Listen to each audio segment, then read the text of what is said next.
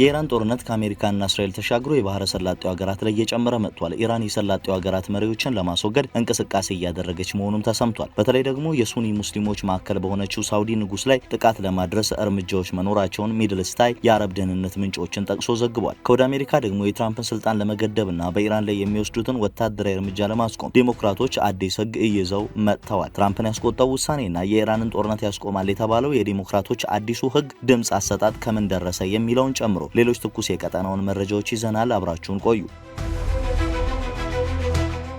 በአሜሪካና በእስራኤል በኢራን ላይ በተሰነዘረው የአየር ጥቃት የሀገሪቱ የበላይ መሪ አያቶላ አሊ ሀሚኒ መገደላቸውን ተከትሎ በመካከለኛው ምስራቅ ያለው ቀጠናዊ ውጥረት በከፍተኛ ሁኔታ አገርሽቷል። ኢራን በበኩሏ በመላው ቀጠናው በሚገኙ የአሜሪካና የእስራኤል ጥቅሞች ላይ የሚሳኤልና የድሮን የአጸፋ ጥቃቶችን መሰንዘር ጀምራለች። የኢራኑ ፕሬዝዳንት መሱድ ፔዜሽኪያን ለመካከለኛው ምስራቅ መሪዎች ባስተላለፉት መልእክት teheran ለሀገራት የግዛት አንድነት ክብር እንደምትሰጥ ቢገልጹም በእሳቸው አባባል የአሜሪካ ጽዮናዊ ወረራ ተብሎ ለተፈረጀው ጥቃት ራስን የመከላከል እርምጃ መውሰድ አስፈላጊ መሆኑን አጽንኦት ሰጥተዋል። ይሁን እንጂ እነዚህ ክስተቶች እየተፋፋሙ ባሉበት ወቅት ሳውዲ አረቢያ በንጉስ ሰልማንና በአልጋ ወራሹ መሐመድ ቢን ሰልማን ዙሪያ ያለውን ጥበቃ በከፍተኛ ሁኔታ አጠናክራለች። ለዚህም እንደ ምክንያት የቀረበው በየመን ከሚንቀሳቀሱትና በኢራን ከሚደገፉት የሁቲ አማጽያን ሊሰነዘር የሚችል ከፍተኛ ስጋት መኖሩን የሚጠቁሙ የደህንነት መረጃዎች መገኘታቸው ነው። ሚድል ኢስታይ የአረብ ደህንነት ምንጮችን ጠቅሶ እንደዘገበው ሁቲዎች በሳውዲ አረቢያ ቁልፍ ተቋማት ላይ የሚሳኤልና የድሮን ጥቃቶችን ለመሰንዘር እያቀዱ ነው። የጥቃት ከኢራን ጋር በመቀናጀት በቀጥታ የሳውዲ ንጉሳዊ ቤተሰብ አባላትን ኢላማ ሊያደርግ እንደሚችልም ተጠቁሟል። አንድ ከፍተኛ የሳውዲ ባለስልጣን እንደገለጹት ሁቲዎች በንጉሳዊ ቤተሰብ ላይ በሚሰነዘር ማንኛውም ጥቃት ውስጥ እጃቸው ቢኖር ይህ ቀይ መስመርን እንደ መሻገር ይቆጠራል። ይህም ጠንካራ የአጸፋ እርምጃን ያስከትላል። ሆኖም ግን ሪያድ በአሁኑ ወቅት የዓለም አቀፍ የነዳጅ ዋጋ እንዳይናጋ በመስጋት ቀጥተኛ ወታደራዊ እርምጃ ከመውሰድ ይልቅ አሜሪካና እስራኤል በሚያካሂዱት ኦፕሬሽን ላይ ተመስርታ ሁኔታዎችን በንቃት የተከታተለች ትገኛለች። የጥንቃቄ የተሞላበት አቋም ሳውዲ አረቢያ በዚህ ውስብስብ ግጭት ውስጥ የምትከተለውን የስትራቴጂ ሚዛን ጠባቂነት ያሳያል። ቀደም ሲል በሪያድና በምስራቃዊ ግዛቶች ላይ የተሰነዘሩ የኢራን ጥቃቶች በሳውዲ መከላከያ አማካኝነት መክሸፋቸው የሚዘነጋ አይደለም። የኢራን ተላላኪ ተደርገው የሚፈረጁት ሁቲዎች የሳውዲ አረቢያን መሰረተ ልማቶች በማጥቃት ረጅም ታሪክ አላቸው። ለዚህም በ2019 እንደ አውሮፓውያን አቆጣጠር በአብቃይቅና በኩራይስ የነዳጅ ተቋማት ላይ የተሰነዘረው የድሮን ጥቃት ዋነኛ ማሳያ ሲሆን በወቅቱ የሀገሪቱን የነዳጅ ምርት በግማሽ እንዲቀንስ አድርጎም ነበር። አሁን ባለው ቀውስ ውስጥ የሁቲ መሪ አብዱል መሊክ አልሁቲ የኢራንን የአጸፋ እርምጃ በመደገፍ ይህንን ድርጊት በአሜሪካና በእስራኤል የበላይነት ላይ የሚደረግ የመቋቋም ትግል ሲሉ ገልጸውታል። የየመኑ ሁቲዎች እስካሁን ድረስ ከሳውዲ አረቢያ ጋር በቅርብ ዓመታት የተደረሰውን ደካማ የተኩስ አቁም ስምምነት በማክበር በጥንቃቄ ሲንቀሳቀሱ ቢቆዩም አዳዲስ የደህንነት መረጃዎች ግን ከቴሄራን ጋር ያላቸውን አጋርነት ለማሳየት በቀይ ባህርና በእስራኤል ላይ ኦፕሬሽኖችን ሊጀምሩ እንደሚችሉ ይጠቁማል። ተንታኞች እንደሚሉት በአልጋ ወራሽ መሐመድ ቢን ሰልማን ላይ የሚሰነዘር ማንኛውም ቀጥተኛ ጥቃት ኢራን በሱኒ መር የባህረ ሰላጤው ንጉሳዊ ሀገራት ላይ የምትከተለውን ሰፊ የፖለቲካ አለመረጋጋት የመፍጠር ስትራቴጂ አካል ሊሆን ይችላል። ኢራን መሪዎቿን በማጣቷ የተፈጠረባትን ጫና ለመወጣት ቀጥተኛ ጦርነት ውስጥ ከመግባት ይልቅ ተላላኪዎቿን በመጠቀም ሪያድን ለማዳከም ልትሞክር ትችላለች። ሮይተርስ እንደዘገበው የሩሲያው ፕሬዝዳንት ቭላዲሚር ፑቲን ከአልጋ ወራሽ መሐመድ ቢን ሰልማን ጋር በስልክ ተወያይተዋል። በውይይቱም የኢራን አጋሮች የሚሳተፉበት ሰፊ ጦርነት ሊቀሰቀስ ይችላል በሚል ዓለም አቀፍ ስጋት መኖሩን አንስተዋል። የሳውዲ አረቢያ ምላሽም የኢራንን አምባሳደር በመጥራት ጥቃቱን መቃወምና የሀገሪቱን ሉዓላዊነት መጣስ ነው በማለት ማውገዟን አካቷል። በተጨማሪም ሪያድ ለባህረ ሰላጤው አጋሮቿ ባህሬን፣ ኩዌት፣ ኳታርና የተባበሩት አረብ ኤምሬትስ ኢራንን ወይም ተላላኪዎቿን ሊያስቆጡ የሚችሉ እርምጃዎችን እንዳይወስዱ በሚስጥር አሳስባለች። ይህም የሆነው ግጭቱ ሰፍቶ ሁቲዎችን ይበልጥ በጠብ አጫሪነት ወደ ሳውዲ እንዳይስባቸው በመስጋት ነው። በአልጋ ወራሹ የተላለፈው ይህ መመሪያ ቀውሱ ወደ ሀገር ውስጥ ህዝባዊ አመጽ ሊቀየር ወይም ወሳኝ መሰረተ ልማቶችን ሊያወድም ይችላል የሚለውን የሪያድን ከፍተኛ ስጋትን ያንጸባርቃል። መሐመድ ቢን ሰልማንን ኢላማ ማድረግ በሳውዲ የውጭ ፖሊሲ ውስጥ ካላቸው ሚና አንጻር ትልቅ ትርጉም አለው። ዋሽንግተን ፖስት እንደገለጸው አልጋ ወራሹ በይፋ የዲፕሎማሲ ጥሪዎችን ቢያቀርቡም በሚስጥር ግን ፕሬዝዳንት ዶናልድ ትራምፕን በኢራን ላይ ጥቃት እንዲሰነዝሩ ሲወተውቱ ነበር። እርምጃ ለመውሰዱ ቴሄራንን የበለጠ ያደፋፍራል የሚል እምነትም አላቸው። ይህ ባለ ሁለት መልክ አካሄድ ኢራን ሳውዲ አረቢያን በጥቃቱ ተባባሪ አድርጋ እንድትፈርጅና በተላላኪዎቹ አማካይነት በሳውዲ አመራር ላይ የምትወስደውን እርምጃ ትክክለኛ ለማስመሰል ምክንያት ሆኗታል ተብሏል። ቀደም ሲል በሳውዲ ግዛት ውስጥ በሚገኙ የአሜሪካ ወታደራዊ ካምፖች ላይ የኢራን ጥቃቶች የተሰነዘሩ ሲሆን ሲሆን በሪያድ በሚገኘው የአሜሪካ ኤምባሲ ላይ የደረሰው የድሮን ጥቃትም ቁሳዊ ጉዳት አድርሷል። እንዲህ ያሉ ክስተቶች ሁቲዎች ያለውን መስቀልቅል ተጠቅመው ስልጣን በእጃቸው ያከማቹትንና የኢራንን ቀጠናዊ ተጽዕኖ ለመገዳደር ሪፎርም እያካሄዱ ያሉትን እንደ ሙሐመድ ቢን ሰልማን ያሉ ከፍተኛ ባለስልጣናትን ኢላማ ሊያደርጉ ይችላሉ የሚል ስጋት አባብሶታል። በኢራን በሚቀርቡላቸው ባሊስቲክ ሚሳኤሎችና ድሮኖች የታጠቁት ሁቲዎች ተጨባጭ ስጋት ናቸው። በየመን የእርስ በርስ ጦርነት ወቅት በ2022 በተባበሩት አረብ ኤምሬትስና በሳውዲ ተቋማት ላይ የፈጸሟቸውን ጥቃቶች አቅማቸውን አሳይተዋል። በዚህ ሁኔታ ውስጥ የሳውዲ መከላከያ በርካታ ጥቃቶችን ቢያከሽፍም ተከታታይና የተቀናጁ ጥቃቶች ግን የሀገሪቱን የመከላከያ አቅም ሊፈትኑት ይችላሉ። የአትላንቲክ ካውንስል ትንታኔ እንደሚያመለክተው የተዳከመች ኢራን ጉልበቷን ለማሳየት እንደ ሁቲ ባሉ ተላላኪዎቿ ላይ የበለጠ ጥገኛ ልትሆን ትችላለች። የሳውዲን አመራር ኢላማ በማድረግም የሪያድን ቀጠናዊ የበላይነት ለመሸርሸር ትጥራለች። ሰፋ ያሉ የጂኦፖለቲካዊ እንቅስቃሴዎች ሁኔታውን ይበልጥ ያወሳስቡታል። የኢራን መዳከም ለሳውዲ አረቢያ የሱኒ አጋርነትን ለማጠናከር እድል ሊፈጥርላት ቢችልም አደጋዎቹ ግን እጅግ ብዙ ናቸው። የነዳጅ ገበያ አለመረጋጋትና የተላላኪ ድርጅቶች ጽንፈኝነት ተጠቃሽ ናቸው። ፕሬዚዳንት ትራምፕ ከአልጋ ወራሹ ጋር ባደረጉት ስልክ ጥሪ ሳውዲ ለምትወስዳቸው እርምጃዎች ድጋፋቸውን ገልጸው የኢራንን ድርጊትም አውግዘዋል። በሌላ በኩል የቀጠናው ታዛቢዎች በሱኒና በሺያ ተላላኪዎች መካከል የሚደረገው ግጭት ሊባባስ እንደሚችል ይጠቁማሉ። አንዳንዶቹ ደግሞ የኢራን ያጸፋ እርምጃ የሱኒ ሀገራት በቴሄራን ላይ ያላቸውን አንድነት ይበልጥ ያጠናክረዋል ብለው ያምናሉ።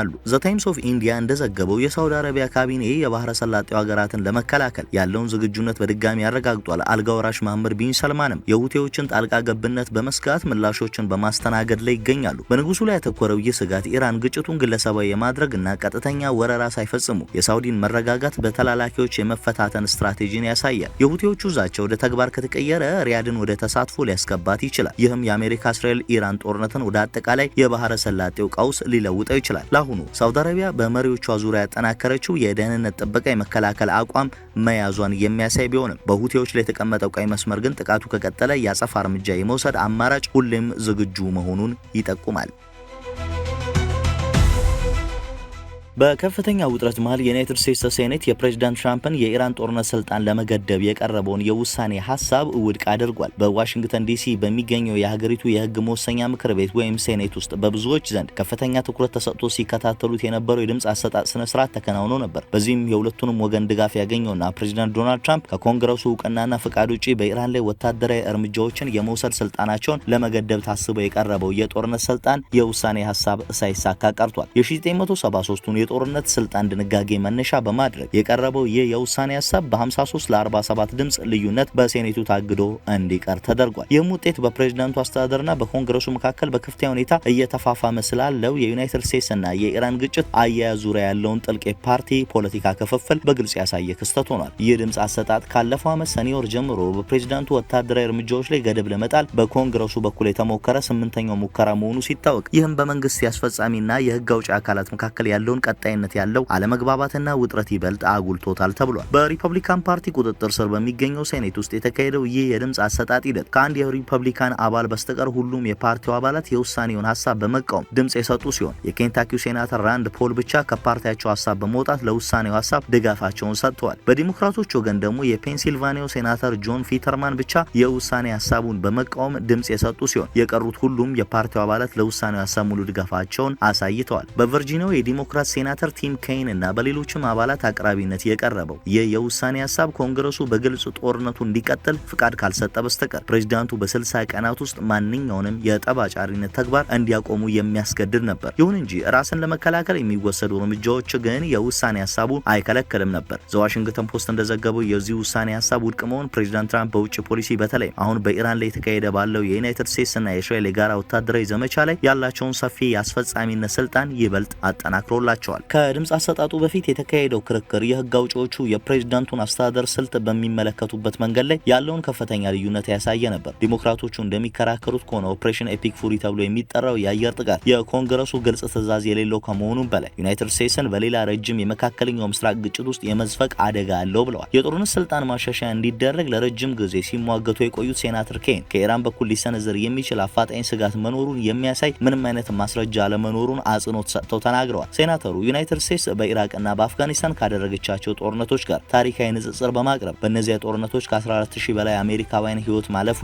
ከ8 ትሪሊዮን ዶላር በላይ ወጪ መደረጉን አስታውሰዋል። ከነዚያ ጦርነቶች ትምህርት ተወስዷል ወይ ሲሉም ጥያቄ አቅርበዋል። የዋሽንግተን ግዛት ሴናተር ፓቲ መሬ እነዚህን ስጋቶች በመጋራት ባልተሟላ እቅድ፣ ግልጽ ባልሆኑ ዓላማዎችና ሙሉ በሙሉ እርግጠኛ ባልሆነ የወደፊት ሁኔታ ወታደራዊ እርምጃን የመከተል አደጋዎችን አስጠንቅቀዋል። በተቃራኒው ሪፐብሊካኖች የፕሬዝዳንቱን እርምጃዎች ለኢራን ትንኮሳ የተሰጡ አስፈላጊ ምላሾች መሆናቸውን በመጥቀስ ተከላክለዋል። ኢራን በዩናይትድ ስቴትስ የጦር ሰፈሮች ላይ የሚሳኤል ጥቃት ማድረሷን እና እንደ እስራኤል ባሉ የቀጠናው አጋሮች ላይ ስጋት መደቀኗን እንደ ምክንያት አቅርበዋል። ዲሞክራቶችን ብሔራዊ ደህንነትን ለፓርቲ ፖለቲካ መጠቀሚያ እያደረጉ ነው በማለትም ከሰዋል። የደቡብ ዳኮታው የሴኔት አብላጫ ድምጽ መሪ ጆን ቱን ፎክስ ኒውስን ጠቅሶ እንደገለጸው የውሳኔ ሀሳቡ ፕሬዝዳንቱን ከመንገዳቸው ለማደናቀፍ የተደረገ ሙከራ ነው ብለዋል። ሌሎች የሪፐብሊካን ሴናተሮች ለምሳሌ የኢንዲያናው ቶድ ያንግ አስተዳደሩ ለጥቃቱ ያለው ህጋዊ መሰረት ላይ እምነት እንዳላቸው ገልጸው ኢራን ለዩናይትድ ስቴትስ እና ለእስራኤል ደህንነት ከፍተኛ ስጋት የሚፈጥሩ ዝግጅቶችን እያደረገች መሆኑን ጠቁመዋል። ዩኤስኤ ቱዴይ እንደዘገበው እንደ የሜይኑ ሱዛን ኮሊንስ እና የአላስካዋ ሊዛ ሙርኮውስኪ ያሉ መካከለኛ አቋም ያላቸው ሴናተሮች ስለ ዘመቻው የረጅም ጊዜ ስልተ ስጋት ቢኖራቸውም የውሳኔውን ሀሳብ ለማገድ ድምጽ ሰጥተዋል። ይህ የሴኔቱ እርምጃ የተከናወነው ኦፕሬሽን ኤፒክ ፉሪ የተባለ በሚጠራው የዩናይትድ ስቴትስ እና የእስራኤል የተቀናጀ ወታደራዊ ዘመቻ ወቅት ነው። እስራኤል ሮሪንግ ላይን በሚል የሚስጥር ስም የምትጠራው ይህ ዘመቻ የኢራን ወታደራዊ አዛዦችን፣ የኒውክሌር ተቋማትንና የሀገሪቱን ከፍተኛ መሪዎችን ኢላማ ያደረገ የአየር ጥቃትን ያካተተ ነው። በፕሬዝዳንት ትራምፕ የሚመራው ይህ ዘመቻ የዲፕሎማሲያዊ ንግግሮች መክሸፋቸውንና የኢራንን ያጸፋ ጥቃቶችን ተከትሎ የኢራንን የኒውክሌር መርሃ ግብርና የገዢውን አካል አቅም ለማዳከም እያለመ ነው። የስትራቴጂክና የዓለም አቀፍ ጥናት ማዕከል እንደገለጸው ዘመቻው የረጅም ጊዜ ሊወስድ የሚችል ግጭት ጅምር ሲሆን ቢ1 የተባሉ ቦምብ ጣይ አውሮፕላኖችን ጨምሮ የዩናይትድ ስቴትስ ኃይሎችን በኢራን ግዛት ውስጥ ጥልቅ ጥቃቶችን እያደረጉ ይገኛሉ። የጦርነት ሚኒስትሩ ፔት ሄግዝ ዩናይትድ ስቴትስ በቆራጥነት እያሸነፈች መሆኑንና ኃይሎቻቸው በቁልፍ ግቦች ላይ ሙሉ ቁጥጥር እያገኙ መሆናቸውን ገልጸዋል። ግጭቱ እስካሁን ድረስ ቢያንስ የ6 አሜሪካውያን ወታደሮችን ህይወት የቀጠፈ ሲሆን በመላው መካከለኛው ምስራቅ በመስፋፋት በኢራቅ፣ በሶሪያና በሊባኖስ ከሚገኙ የኢራን ተላላኪዎች ጋር የተኩስ ልውውጥ እንዲደረግ ምክንያት ሆኗል። የኢራን ምላሾች በዩናይትድ ስቴትስ የጦር ሰፈሮች ላይ የሚሳኤል ድብደባዎችን ያካተተ ሲሆን ይህም ቀጠናዊ ውጥረቱን ይበልጥ አባብሶታል። ኤቢሲ ኒውስ ስለ ዘመቻው ሂደት ሲዘግብ ጥቃቶቹ እየተፋጠኑ መሆናቸውንና የኢራንን የትዕዛዝ መዋቅር ለማዳከም የሳይበር ጥቃቶችና የደህንነት መረጃዎች ስራዎችም እየተከናወኑ መሆናቸውን ገልጸዋል። የእስራኤል መከላከያ ሰራዊት ቃል አቀባይ ብርጋዴር ጀነራል ኤፊ ደፍሪን ከዩናይትድ ስቴትስ ኃይሎች ጋር ከዚህ ቀደም ታይቶ የማይታወቅ ትብብር መኖሩን ፎክስ ኒውስን ጠቅሰው ተናግረዋል። የህዝብና የዓለም አቀፍ ማህበረሰብ ምላሽ አሁንም የተከፋፈለ ነው። የህዝብ አስተያየት ጥናቶች እንደሚያመለክቱት ሪፐብሊካኖች ለዘመቻው ከፍተኛ ድጋፍ ያላቸው ቢሆንም አጠቃላይ አሜሪካውያን ግን ግጭቱ ወደ ሰፊ ጦርነት እንዳይቀየር ከፍተኛ ስጋት አላቸው። እንደ ዩናይትድ ኪንግደም ያሉ አጋሮች ራሳቸውን ከዚህ እርምጃ እያራቁ ይገኛሉ። ጠቅላይ ሚኒስትር ኬር ስታርመር ጥቃቱን ለመደገፍም ሆነ የዩናይትድ ስቴትስ ኃይሎች ከብሪታንያ ግዛቶች ተነስተው ጥቃት እንዲሰነዝሩ ፍቃድ ለመስጠት ፍቃደኛ አልሆኑም። ኤንፒአር ስለ ኦፕሬሽን ኤፒክ ፉሪ ባደረገው ትንታኔ የዘመቻው አንድምታ ከኢራን ባለፈ የዩናይትድ ስቴትስንም ዓለም አቀፍ አጋሮችንና የኒውክሌር ስርጭትን የመግታት ጥረቶችን ሊቀየር እንደሚችል አመላክቷል። ወደፊት በሚኖረው ሂደት ትኩረቱ ወደ ተወካዮች ምክር ቤት ዞሯል። እዚያም ተመሳሳይ ውሳኔ ሀሳብ በሪፐብሊካን ቁጥጥር ስር ባለው ምክር ቤት ውስጥ ከባድ ፈተና እንደሚጠብቀው ይጠበቃል። የውሳኔ ሀሳቡ ቢጸድቅ እንኳን ፕሬዝዳንት ትራምፕ የቬቶ ስልጣናቸውን ተጠቅመው ውድቅ እንደሚያደርጉት ምልክት ሰጥተዋል። ፕሬዝዳንቱ እርምጃዎቻቸው አሁን ባሉት ስልጣኖች መሰረት ትክክለኛ መሆናቸውን ይከራከራሉ። የድምጽ አሰጣጥ ያስተዳደሩንም አቋም ከማጠናከሩም በላይ በቀጣዩ ዓመት በህዳር ለሚካሄደው የአጋማሽ ዘመን ምርጫ መንገዱን አመቻችቷል። በዚያ ምርጫ የውጭ ፖሊሲ ወሳኝ ሚና ሊጫወት እንደሚችል ይታመናል። እንደ አልጀዚራ ዘገባ ይህ ሁኔታ ቀደም ሲል በቬንዙዌላ ላይ ከቀረቡትና በፓርቲ ክፍፍል ምክንያት ሳይሳኩ ከቀሩት የውሳኔ ሀሳቦች ጋር ተመሳሳይነት እንዳለው ገልጸዋል። የሴኔቱ ውሳኔ የአስፈጻሚውን የጦርነት ስልጣን ከኮንግረሱ ቁጥጥር ጋር የማመጣጠን ጉዳይ ምን ያህል ፈታኝ እንደሆነ በድጋሚ አረጋግጧል። ይህ ክርክር ከመስከረም 11 ጥቃት በኋላ ከወጡትና አሁንም የዩናይትድ ስቴትስ ወታደራዊ ተሳትፎ እየመሩ ባሉት ፍቃዶች ላይ የተመሰረተ ነው። ግጭቱ የተቀያየረ ሲሄድና የሴንትኮም ሪፖርቶች ጥቃቱ መቀጠሉን በሚያሳዩበት ወቅት አዲስ ገደብ አለመኖሩ የዩናይትድ ስቴትስን ተሳትፎ ሊያፋጥነው ይችላል። ይህም ስለ ረጅም ጊዜ ስትራቴጂካዊ ግቦችና ከጦርነቱ የመውጫ ስልቶች ጥያቄዎችን ያስነሳል። ለምሳሌ የባህር ኃይል አባላት ወደ ኢራን ኢላማዎች በሚወነጨፉ ቦምቦች ላይ ስሞችን ሲጽፉ የሚታዩባቸው ወታደራዊ ልምዶች በእነዚህ ከፍተኛ አደጋ ባላቸው ኦፕሬሽኖች ውስጥ ያለውን ሰብአዊ ገጽታ ያሳያሉ። ለጊዜው ግን ኦፕሬሽን ኤፒክ ፉሪ በኮንግረሱ በኩል ምንም አይነት እንቅፋት ሳይገጥመው እየቀጠለ ሲሆን የአስፈጻሚ አስተዳደር ይህንን እርምጃ ለቀጠናዊ መረጋጋት አስፈላጊ የሆነ እርምጃ አድርጎ እያቀረበው ይገኛል። እነዚህ ክስተቶች በመካከለኛው ምስራቅ ያለውን የኃይል ሚዛን የሚቀይሩ ብቻ ሳይሆኑ በአሜሪካ የአስተዳደር ስርዓት ውስጥ ባሉ የኃይል ክፍፍሎች መካከል ያለውን ልዩነት በግልጽ ያሳዩ ናቸው። የፕሬዝዳንት ትራምፕ አስተዳደር በኢራን የጀመረው ይህ ዘመቻ በሀገር ውስጥ ካለው የፖለቲካ ድጋፍና ተቃውሞ ጋር ተዳምሮ በ2026 የሚካሄደው ምርጫ ዋነኛ የመነጋገሪያ አጀንዳ እንደሚሆን ምንም ጥርጥር የለውም። የሴኔቱ ውሳኔ ለፕሬዝዳንቱ የፖለቲካ ድል ቢሆንም የጦርነቱ ሰለባዎች ቁጥር መጨመርና የዓለም አቀፍ አጋሮች እያሳዩት ያለው መራቅ በረጅሙ ጊዜ ሂደት ያስተዳደሩን ስኬት ሊፈትኑት የሚችሉ ጉዳዮች ናቸው። ኮንግረሱ በበኩሉ በህገ መንግስቱ የተሰጠውን የጦርነት የማወጅ ስልጣን ለማስከበር የሚያደርገው ጥረት ቢገታም ወደፊት በሚኖሩ የህግ ማዕቀፎች ላይ ተጽዕኖ ማሳደሩን እንደሚቀጥል ይጠበቃል። በታሪክ አጋጣሚዎች እንደሚታየው እንዲህ ያሉ ወታደራዊ እርምጃዎች የሚያስከትሉት ውጤት ከታሰበው በላይ ሰፊና ጥልቅ ሊሆን ስለሚችል የዓለም ህዝብ ትኩረት አሁንም በዋሽንግተንና በቴህራን መካከል በሚደረገው ቀጣይ እንቅስቃሴዎች ላይ አርፏል። በመሆኑም ይህ በሴኔቱ ውስጥ የተመዘገበው ውጤት ለአሜሪካ የውጭ ፖሊሲ አዲስ ምዕራፍ የከፈተ ሲሆን የፕሬዝዳንቱን ወታደራዊ የበላይነት በህግ አግባብ ለማጽናት የተደረገ ትልቅ እርምጃ ተደርጎ ሊወሰድ ይችላል። ሆኖም የግጭቱ መስፋፋትና የቀጠናው ሀገራት ምላሽ ለዋሽንግተን ዲፕሎማሲያዊ ብስለትና ትልቅ ፈተና መሆኑ አይቀርም። የጦርነቱ ድምጽ እየጎላ በሄደ ቁጥር የሰላምና የዲፕሎማሲ ድምጾች የመሰማት እድላቸው እየጠበበ መምጣቱ ደግሞ ለዓለም አቀፍ ደህንነት ትልቅ ስጋት ሆኖ ይቀጥላል።